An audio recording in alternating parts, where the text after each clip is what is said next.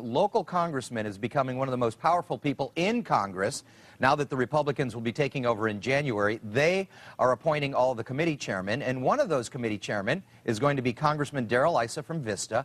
And as a ranking member of the House Oversight Committee, you basically have been involved in this for a while. But Congressman, first of all, I would say congratulations on becoming chairman. And who's your first target? Well, it's not a matter of targets. My first real target is to try to get 74 inspectors general more authority, more independence so they can do their job.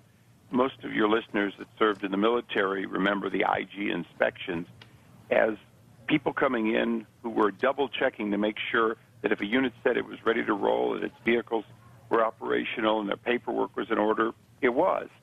Well, I want to expand that kind of thinking throughout government. The president appoints these people, the Senate confirms them.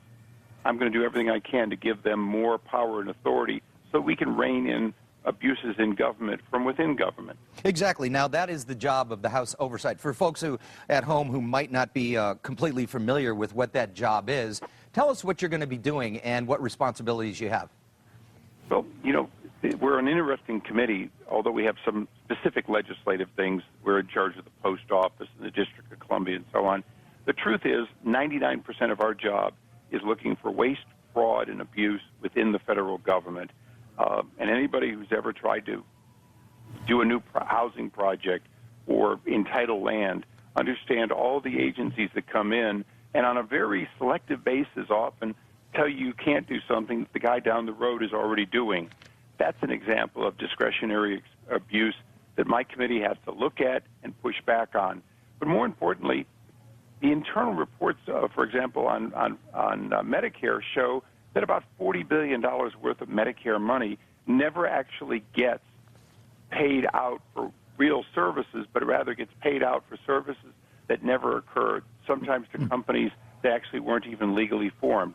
Those kinds of areas could allow us to save tens of billions of dollars of taxpayer money so that we could start whittling away at this huge deficit this country's in. My goodness, and I'm saying if you're in charge of waste and abuse, you're not going to have enough arms to be able to get around that one. But there's no question. That's why when people say, you know, what's your first hearing? Well, there's so much low-hanging fruit, even before you get to the TARP and the stimulus, which our committee has been working on, because those inherently were very loose money, sort of handed in a big bucket to both President Bush and President Obama.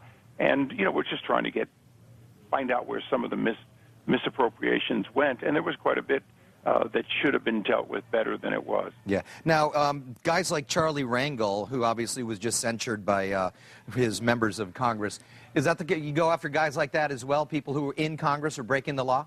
No. It's our control is over the executive branch and over the economy as a whole.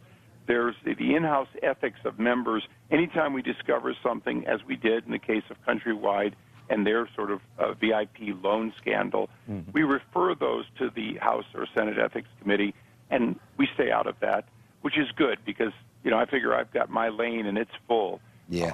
Now, I know that I've talked to you before, and you said you're going to do some investigations into President Obama. Are you still talking about that, and what would you be looking at? Well, there's a number of areas that are my job, my responsibility. There's something called the Presidential Records Act that requires the administration to preserve all of its correspondence. Ultimately, it ends up in a presidential library. That sort of compliance, where clearly they've been using public emails and so on and circumventing it, we need to get that reined back in so that decades from now, just like they have with Nixon and Reagan, these files get opened up. My goal, though, is to try to help the administration be more efficient and not necessarily target the president or the vice president or his immediate cabinet, because, quite frankly, a lot of the problems in government were there before he came. I need to make sure they're not there when he leaves. Yeah. And before I let you go, and thank you for taking time because I know you've been busy, your morning meetings sounded pretty darn high power. Tell us who you were meeting with this morning.